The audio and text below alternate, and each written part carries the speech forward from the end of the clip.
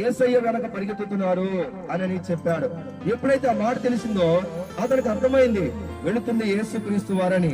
అయితే ఏంటి, అయితే అతనికి తెలుసు యేసయ్య అతనిని స్వస్థపరచగలడని, యేసయ్య తనని బాగు చేయగలడని ఆయనకు తెలుసు.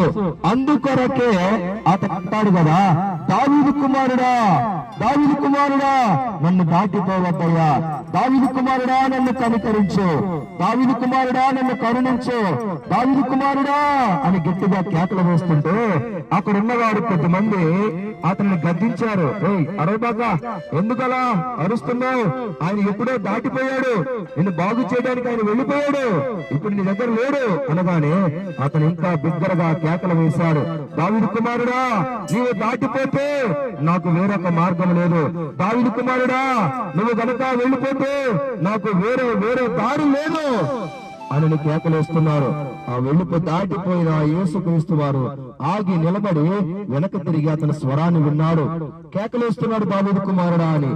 ఎందుక ఏంటని పిలవమన్నారు. దగ్గరికి పిలిచిన తర్వాత అతను అడుగుతున్నాడు, నీకేం కావాలి అని అడిగితే, అయ్యా నేను చూపు పొందాలనుకుంటున్నాను, నన్ను స్వస్థపరచు యేసయ్యా అని ఎప్పుడైతే అడిగాడో అప్పుడు వెంటనే క్రీస్తు ప్రభువారు నీ విశ్వాసం నిన్ను స్వస్థపరుస్తుంది, వెంటనే చూపు పొందని చెప్పి అతనిని బాగు చేశాడండి. అతనికి కళ్ళు వచ్చినాయి. నిజమండి, అంత ప్రేమ కలిగిన దేవుడు మన దేవుడు.